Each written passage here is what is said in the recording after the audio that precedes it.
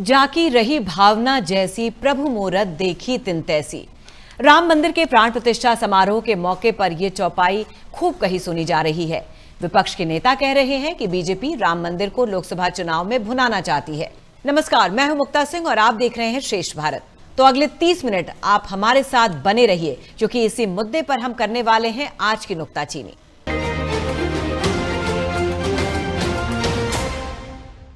नुक्ताचीनी शुरू करें उसके पहले देख लेते हैं हमारी ये रिपोर्ट।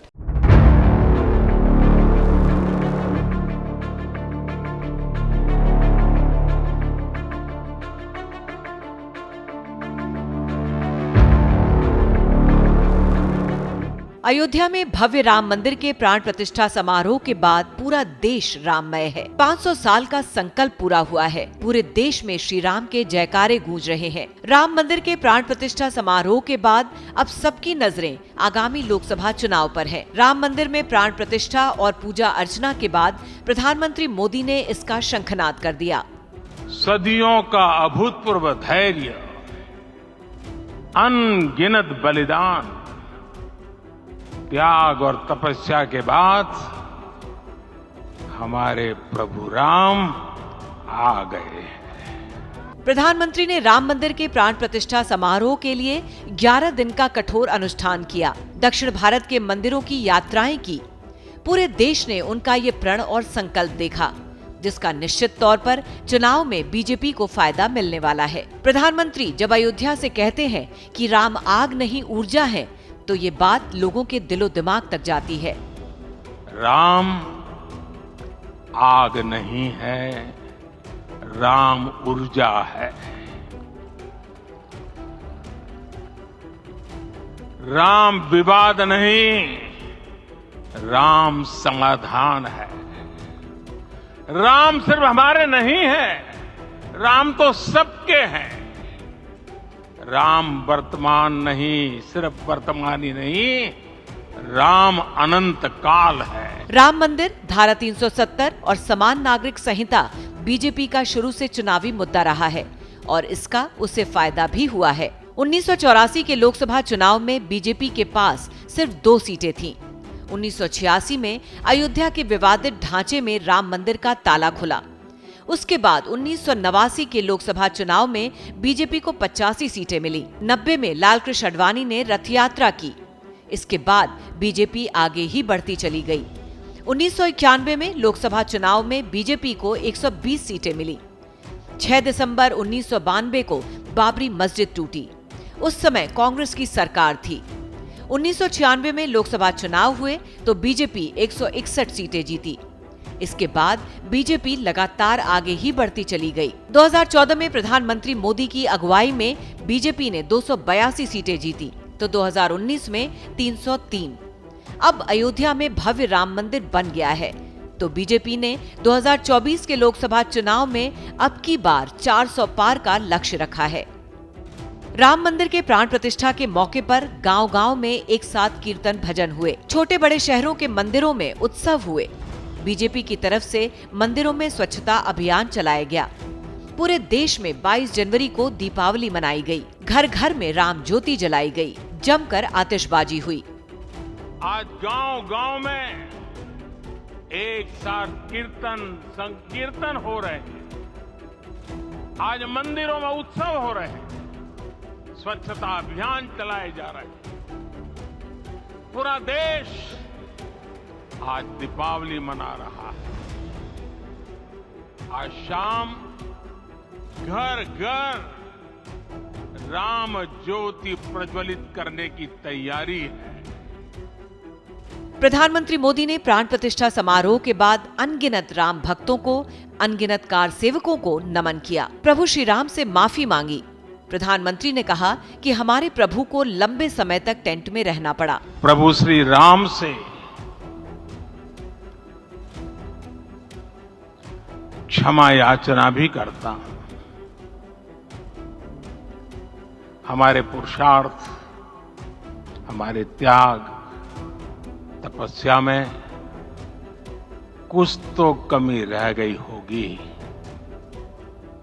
कि हम इतनी सदियों तक ये कार्य कर नहीं पाए। प्रधानमंत्री के इस भाषण की बड़ी बातें सीधे 140 करोड़ देशवासियों के दिलो दिमाग तक जा रही है। इनका 2024 के लोकसभा चुनाव में असर पड़ना तय माना जा रहा है। प्रधानमंत्री विरासत को संवारने के साथ विकास का भी मंत्र दे रहे हैं। वहीं विपक्ष है जिसके पास इन दोनों मुद्दों पर कोई रोड मैप नहीं दिख रहा है। विरासत और विकास के मुद्दे पर बीजेपी की तरफ से पिच तैयार है। अब इस पर कमजोर विपक्ष कैसे खेल पाता है, इसी पर पूरे देश की निगाहें लगी हुई हैं। Bureau report, India ahead. इसी मुद्दे पर हमारे कुछ सवाल हैं। राम मंदिर बनने से 500 साल का संकल्प पूरा हुआ है, इसे विपक्ष चुनाव से क्यों जोड़ रहा है? राम मंदिर बीजेपी के मैनिफेस्टो में रहा है। अब राम मंदिर का फायदा अगर चुनाव में बीजेपी को होता है तो दूसरों के पेट में दर्द क्यों? राम मंदिर बनने के बाद लोग गरीबी और विकास की बातें कर रहे हैं, तो क्या राम राज्य की दिशा में कदम बढ़ा रही है सरकार? विपक्ष के पास राम मंदिर की काट के तौर पर कौन सा बड़ा मुद्दा है? और इस मुद्दे पर बातचीत करने के लिए हमारे साथ जुड़ रहे हैं कांग्रेस प्रवक्ता शिशिर कौंडिल्य, बीजेपी से हैं राकेश सिंह और राजनीतिक विश्लेषक प्रेम कुमार जी। आप सभी का बहुत बहुत स्वागत है। तो राकेश जी, सबसे पहले शुरुआत आपसे करेंगे। तो अब कल तो प्राण प्रतिष्ठा हो गई, इतना बड़ा भव्य मंदिर का उद्घाटन हो गया, तो अब राम ही बेड़ा पार लगाएंगे आगे? देश के करोड़ों लोगों के जन आकांक्षा के प्रतीक भगवान श्री राम लला कल गर्भगृह में विराजमान हो गए। हम सभी सनातनियों के लिए यह गौरव की बात है, खास करके इस देश में रहने वाले जो भी जिस धर्म के मानने वाले हैं, सबने स्वागत भी किया है। ये भारत के लिए स्वर्णिम युग, स्वर्णिम इतिहास के रूप में लिखा जाएगा। माननीय प्रधानमंत्री नरेंद्र मोदी ने जो कहा था कि रामलला का प्राण प्रतिष्ठा होगा, मंदिर भव्य मंदिर बनेगा, और वो कोर्ट के फैसले के बाद सरकार ने इस मंदिर को मूर्ति देने का काम किया। भगवान राम लला को विराजमान करने का जो काम किया है, जो निश्चय किया था, उसको पूरा करने का काम किया है। ये संपूर्ण भारतवंशियों के लिए गौरव की बात। भगवान राम लला, हम तो विद्यार्थी जीवन से जुड़े थे। छात्र जीवन में विद्यार्थी परिषद में थे, हम लोग नारा लगाते थे कि भगवान राम लला का मंदिर वही बनेगा, और वो हम लोग के जीवन में ये पार हो गया। राजनीति तो बहुत होगी, लेकिन इस करोड़ों भारतवासियों के लिए, भारतवंशियों के लिए ये वास्तव में गौरव का क्षण है कि भगवान रामलला कल विराजमान हो गए। हम सबके लिए गौरव की बात, पूरे विश्व भर में जितने भी हिंदुस्तान के लोग रहते हैं, भारत के लोग रहते हैं, उनके लिए गौरव का क्षण है, और इससे बड़ी खुशी कुछ हो नहीं सकती है। राजनीति तो आगे होगी, लेकिन इससे बड़ा शुभ दिन कभी नहीं आए। पहली बार प्रधानमंत्री जी ने खुलकर राम का महत्व इस देश के लिए बताया, खुलकर इस बारे में बात की, और साथ ही इसको एक्सेप्ट किया कि पॉलिटिकल नैरेटिव का एक मजबूत स्तंभ है ये, और अब इसी को लेकर आगे बढ़ेंगे। बिल्कुल बिल्कुल, भगवान राम ने कहा कि हमारे मान सम्मान स्वाभिमान और मर्यादा के रक्षक हैं। भगवान राम का नाम लेने से मर्यादा की बात होती है, स्वाभिमान की बात होती है, भारत की संस्कृति की, सनातन की बात होती है। तो रामलला विराजमान हो गए, इससे बड़ा कुछ हो नहीं सकता है। अब तो राजनीति तो होगी, जिनको राजनीति करना है करें, लेकिन रामलला विराजमान हो गए, इससे बढ़िया, इससे गौरव का क्षण कुछ नहीं होगा। शिशिर जी, आपने देखा कल का जो कल उत्सव मनाया जा रहा था पूरे देश में, इतना बड़ा मास मोबिलाइजेशन मूवमेंट आपने देखा कल, एक तरह से कह सकते हैं आजादी के बाद पहली बार ऐसा देखा जा रहा है। अब क्या कहेंगे आप लोग?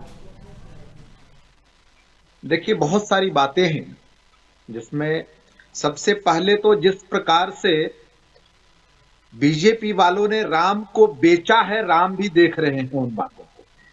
दूसरी बात ये कि किनकी प्राण प्रतिष्ठा ये कर रहे थे मुक्ता जी, मैं सवाल खड़ा करता हूं इनसे, इनके सामने, कि प्राण प्रतिष्ठा किनकी हो रही थी? क्या 1949 में, क्योंकि हम लोग यहाँ कॉन्सेप्ट है ये, भय प्रकट कृपाला दीन दयाला कौशल्या हितकारी, आपने भी सुना, और को प्रकट एक कॉन्सेप्ट है, और आपने देखा होगा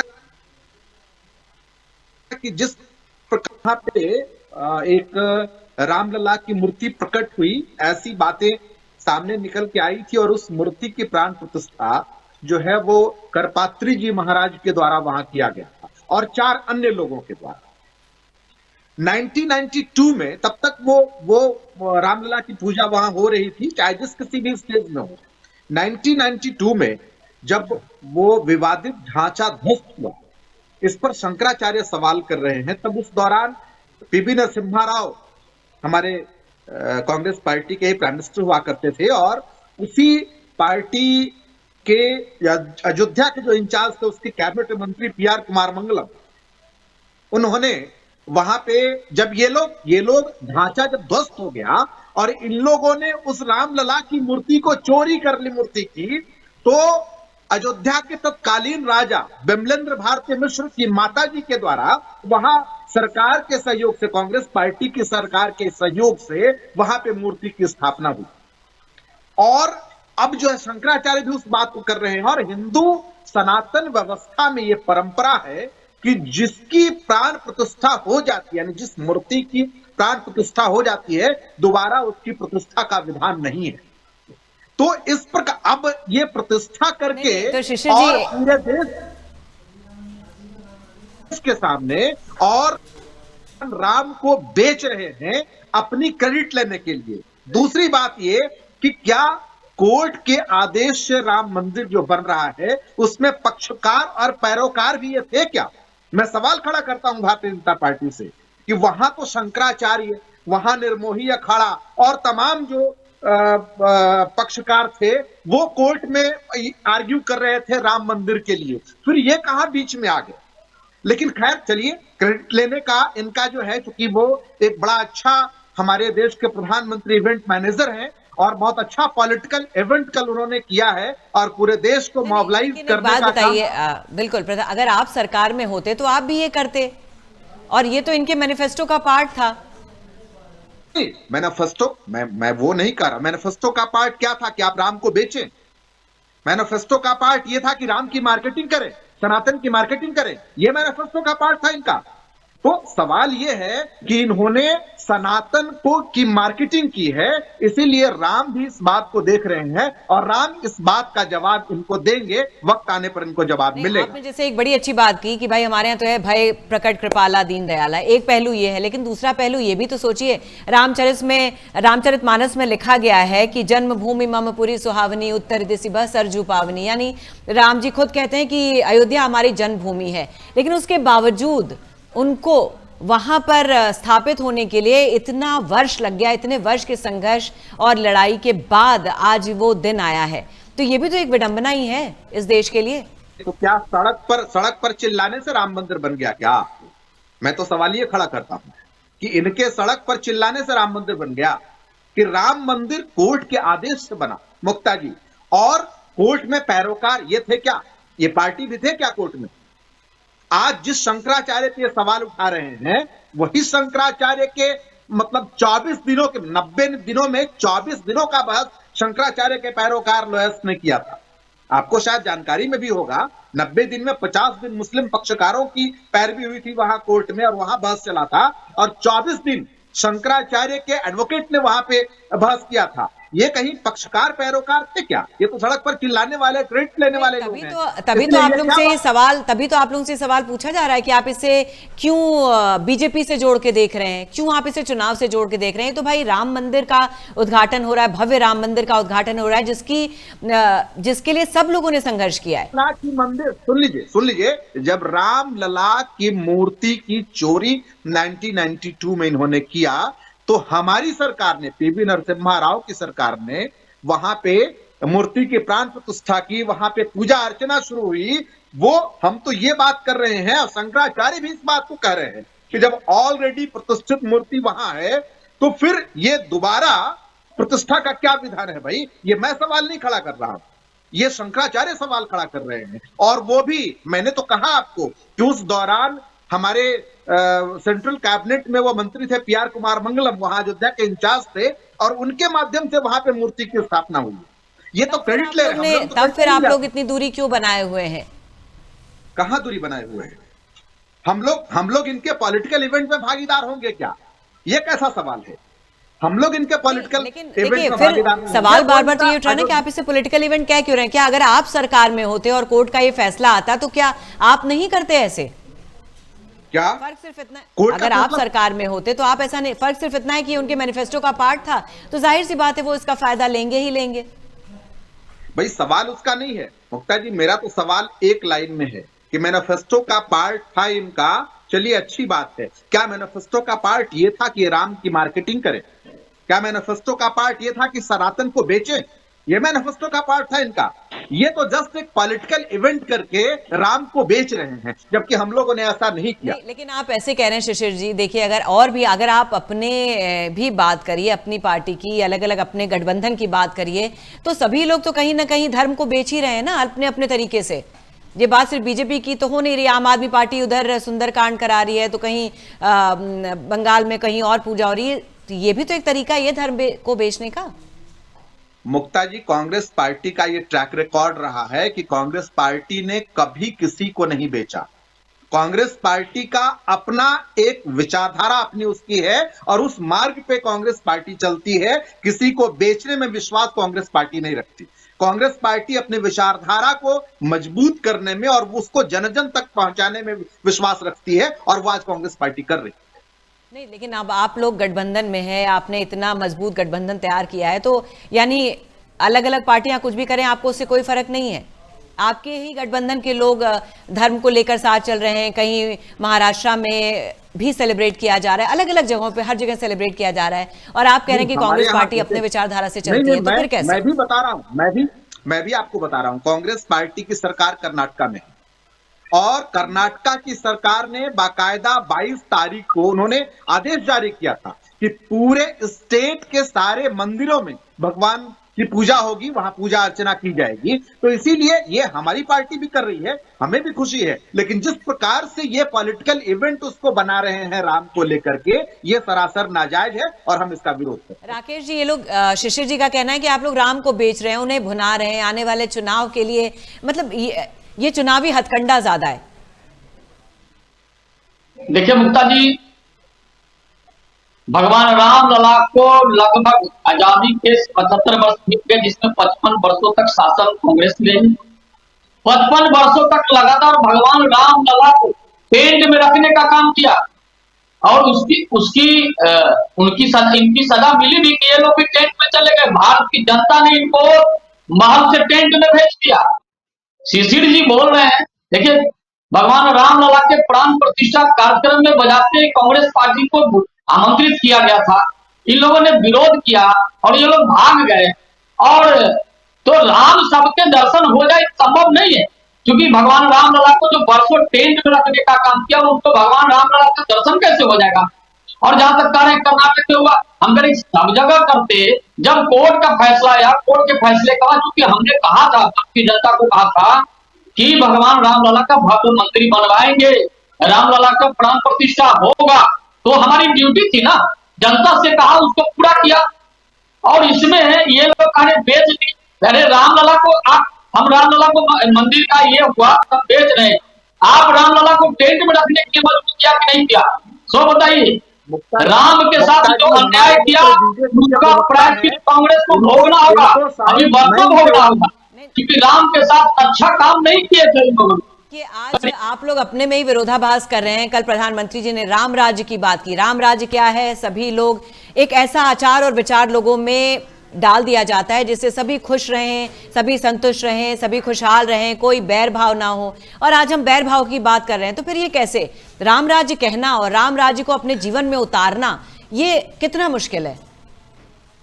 भाव की बात नहीं करते, हम तो राम राज्य पर कल्पना करते हैं, हम लोग राम, इनका कॉन्सेप्ट ही इनको पता नहीं है राम राज्य क्या है। राम राज्य का कॉन्सेप्ट पता होगा तब नहीं ये बताएंगे आपको उस विषय में। इन्होंने तो राम को बेच दिया, इन्होंने तो राम के मूल चरित्र से खिलवाड़ किया, इनका तो यही चरित्र रहा है।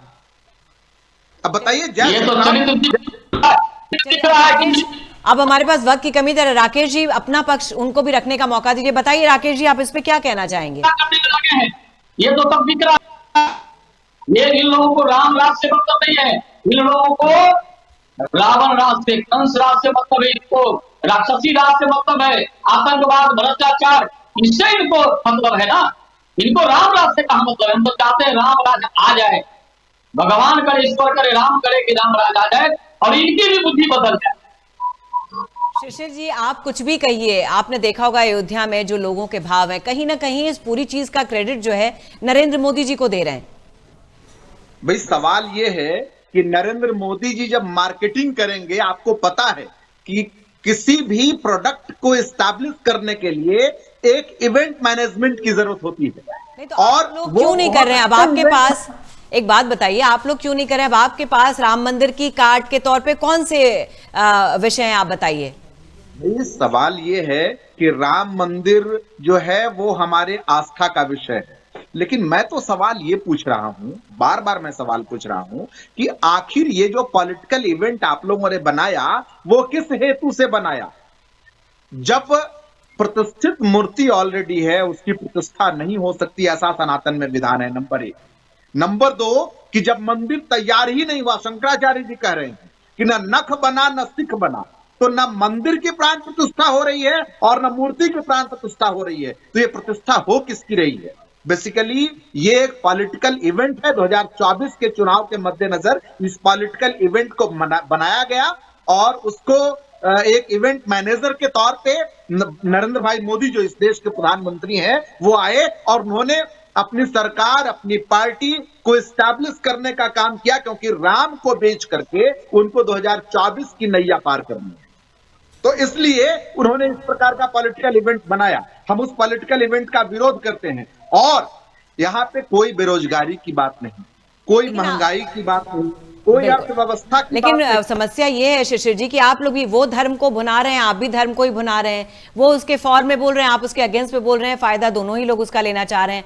आपको नहीं लगता है कि जब धर्म का ज्यादा वर्चस्व हो जाए राजनीति में तो यूनिडायरेक्शनल हो जाती है, तो और कहीं ना कहीं इसका बहुत बड़ा नुकसान होता है? आप पाकिस्तान और बांग्लादेश जैसी जगहों पर आप देख सकते हैं। तो आपको नहीं लगता कि धर्म को राजनीति से दूर रखना चाहिए? और आप लोग सभी मिलकर यही धर्म को ही पर ही राजनीति कर रहे हैं। मुक्ता जी इस देश को ये पाकिस्तान और बांग्लादेश की स्थिति में लाना चाहते हैं। ये भारतीय जनता पार्टी का चरित्र है। और समझ लीजिए कि जो मतलब कैरेक्टर इनका बना है आज के दौर में, जिस प्रकार से ये लंपटई पे उतरे हैं सड़कों पर, जिस प्रकार से धार्मिक उन्माद फैला रहे हैं, ये देश के लिए घोर नुकसानदायक है और हम इसका विरोध करते हैं। कांग्रेस पार्टी इसका विरोध करती है। शिशिर जी, आपने कल देखा लोगों का जो प्रतिसाद मिला, लोगों का जो इमोशनल कनेक्ट दिख रहा था इस पूरी चीज से, उसको आप कैसे नकार सकते हैं? मुझसे आस्था है लोगों की मुक्ता जी, मोदी से आस्था नहीं है। नरेंद्र भाई मोदी से बिल्कुल। और लोग तो यहां तक कहते नजर आए सड़कों पे, हमने भी सुना है कि अरे ये तो जो है 2024 के कारण जल्दी जल्दी में इन लोगों ने कर दिया, नहीं तो अभी तो वो स्थिति बनी नहीं थी, अभी तो मंदिर बन ही रहा था, अभी तो मंदिर का निर्माण ही हो रहा था। चलिए राकेश जी बताइए, आप बहुत देर से शांत हैं, बताइए। मुक्ता जी बता दें, ये लोग हमेशा से भगवान राम का विरोध किया है और करते रहे। इनके हृदय में राम नहीं है, ये तो मजबूरी में राम का नाम ले रहे हैं। राम तो सबके भाजपाइयों के हृदय में है, लेकिन ये कांग्रेसी के लोगों के हृदय में अगर राम होते तो राम को टेंट नहीं हमारे आराध्य देव है, लेकिन राम के नाम पर गुंडाई करके हमारा नहीं है, वो आपका ट्रैक रिकॉर्ड। आपको कौन नहीं, मुक्ता जी मैं बता रहा हूँ, कौन होगा क्यों नहीं फैसला करा दिए थे? क्यों नहीं चाहे? आपने प्रयास क्यों नहीं किया कि भगवान रामलला का मंदिर बने? आपने देश को बेचने का काम किया। आप इस देश में क्या स्थिति थी जब आपकी सरकारें थी? इस देश के सीमा पर जो काम करने वाले सतत फल, उनके सर को काट के ले जाके फुटबॉल खेलता था ये पाकिस्तान। आज चाइना का भी हिम्मत नहीं हमारे सेना की तरफ आंख दिखा ले। या देश की आर्थिक स्थिति क्या थी? देश में नक्सलवाद था, देश में आतंकवाद था, देश में भ्रष्टाचार था। देश की स्थिति को क्या किया? चलिए फिलहाल हमें इस चर्चा को यहीं पे रोकना होगा। आप दोनों इस शो में जुड़े, इसके लिए बहुत बहुत शुक्रिया। अब इस पे बताते हैं क्या है मुक्ता का नुक्ता। राम मंदिर के मुद्दे पर बीजेपी को हमेशा से चुनाव में फायदा हुआ है। 1984 में बीजेपी की सिर्फ 2 लोकसभा सीटें थीं। 1986 में ताला खुला तो 1989 के चुनाव में बीजेपी 85 सीटें जीती। इसके बाद अडवाणी की रथ यात्रा के बाद बीजेपी ने पीछे मुड़कर नहीं देखा और अब राम मंदिर बनने के बाद बीजेपी 2024 के लोकसभा चुनाव में 400 पार का लक्ष्य रख रही है। राम मंदिर से बीजेपी को निश्चित तौर पर फायदा मिलने वाला है, लेकिन कितना फायदा मिलेगा और विपक्ष किस मुद्दे को लेकर चुनाव में जाता है, इस पर भी सबकी निगाहें बनी रहेंगी। फिलहाल की इस खबर में बस इतना ही। बाकी खबरों के लिए देखते रहिए श्रेष्ठ भारत।